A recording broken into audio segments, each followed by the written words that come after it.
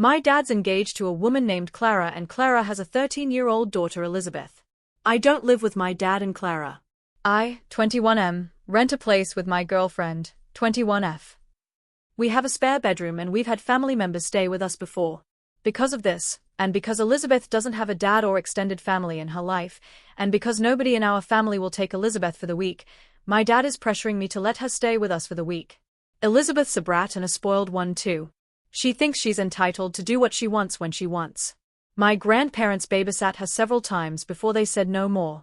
The last straw was her taking $20 from my grandparents' room to buy herself snacks, and she left the house and went to the store without asking. She'd snooped in other rooms of the house before.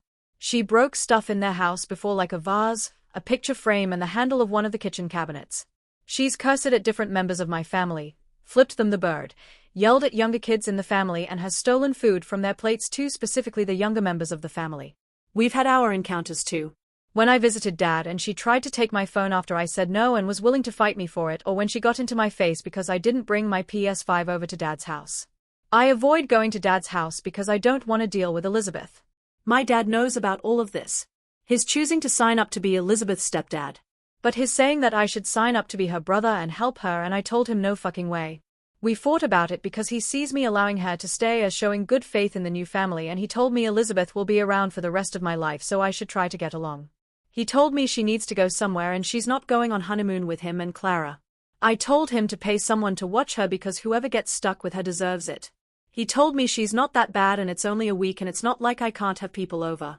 My dad's not backing down, but neither am I.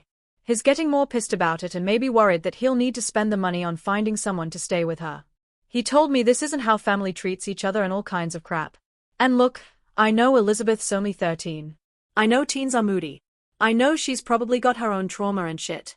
So I'm coming here to ask if I'm TA for refusing to let her stay for the week my dad's on his honeymoon.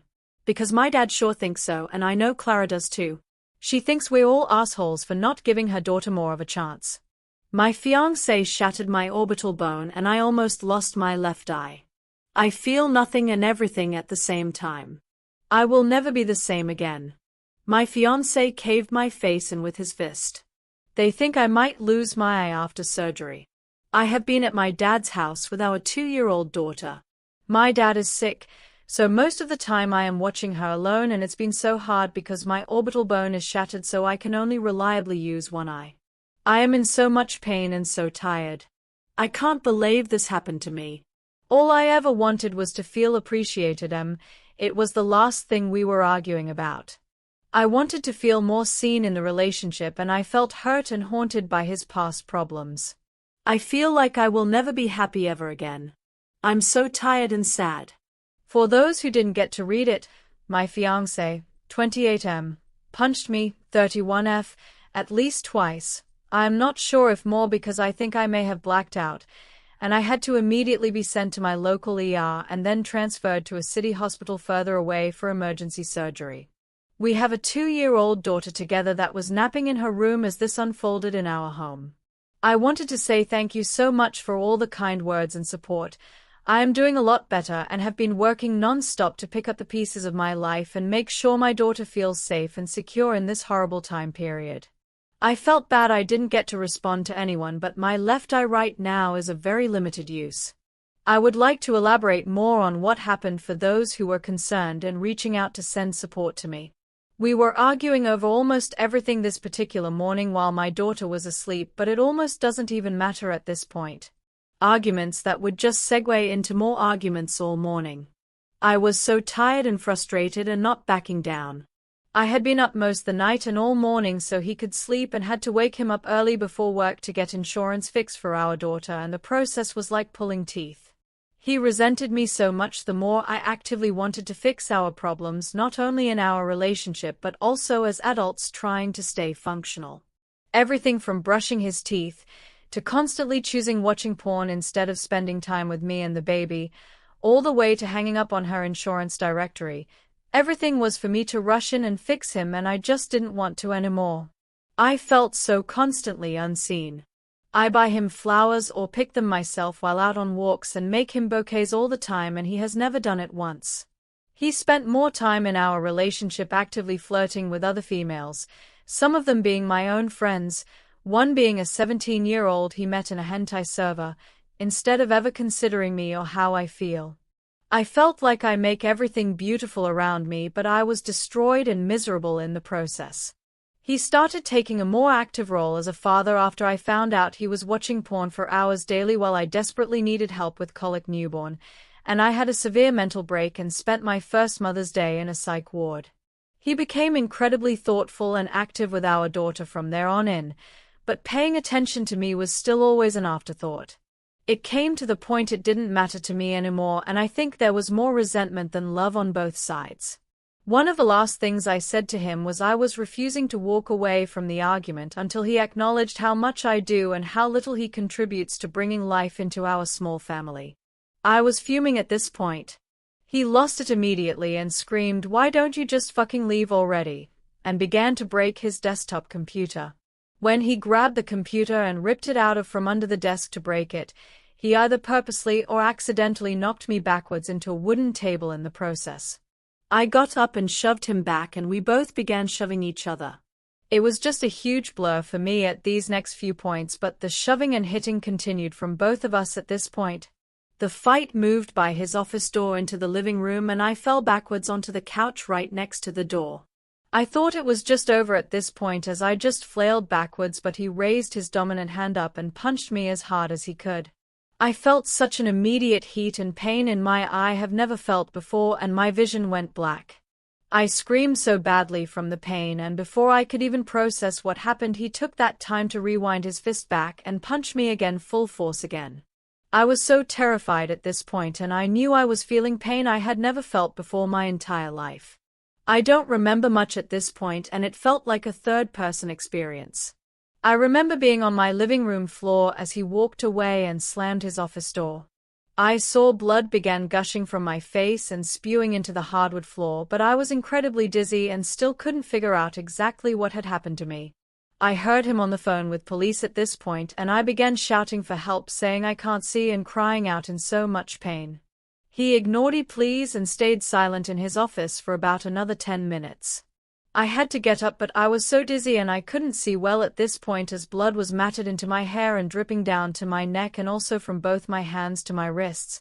I was able to find my phone to call 911, and I told them I think he broke my nose because I couldn't feel my face and didn't realize the blood was actually coming from my eye socket. Police arrived while I was making the call, and he had slammed his office door so hard prior he was locked in the office and couldn't answer the door for police. I had found my way to the door while still losing a large amount of blood, and I was very dizzy and blinded. When I opened the door, the female officer started shouting and pulled me out immediately and called for EMS. He was arrested immediately and even laughed when he finally got his office door open, acting like it was so silly. My daughter, thank God, was asleep for this, but had woken up only about a minute before police arrived. They wanted me to go check on her, but I refused because I was absolutely drenched in blood. It was so much that police couldn't tell where my injury was either. I let them check on her while I washed up and hid the left side of my face with a large jacket hood so I didn't scare her.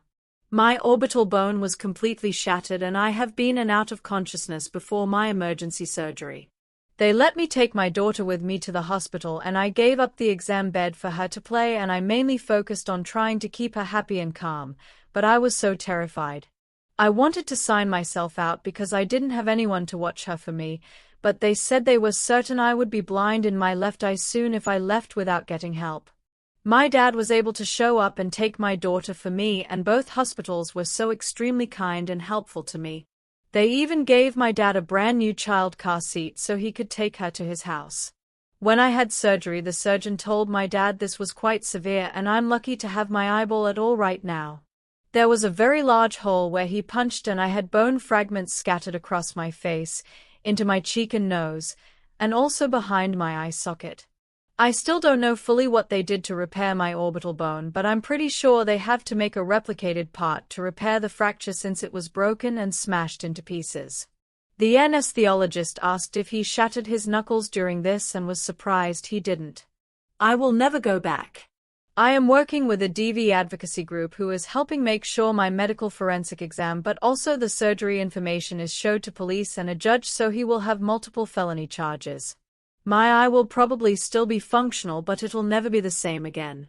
I have been through so many emotions in this time period, but I do feel a sense of peace knowing this is permanent and I can move on now. My daughter and I were granted a standard 6-month restraining order from him, and I am ready to increase the time span, and I wouldn't be surprised if that happens. I am still doing what I do, bringing beauty to everything around me. It's been raining and I brought my daughter outside with her raincoat and rain boots, and we followed a busy bumblebee around for an hour together while splashing in puddles. I am in severe pain, yes, but I will not let this sad excuse of a person make my daughter miss a single stride in her life right now when she needs stability and joy the most. She is doing very well, but I think she knows I'm injured. CPS has been alerted and I keep in touch with them to check in on us weekly so far. When she saw my face finally, she studied it briefly and brought her hand up to her eye and placed it there. My heart breaks for her more than it does for any physical pain I feel.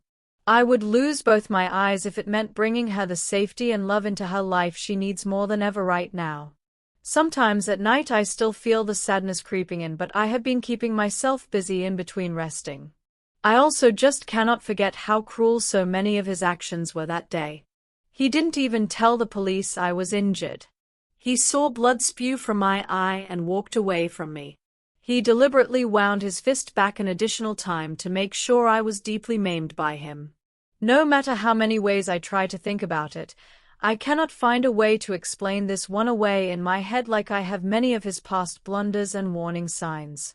2 months ago he had his therapist remove his anger disorder from his mental health diagnosis. He broke hundreds of dollars of things in the past and would make verbal threats at me, with the most sincere anger in his eyes that really used to scare me a lot. He never cared. He cared that I was a convenience enough to keep around and only cared if I interrupted this easily accessible life convenience.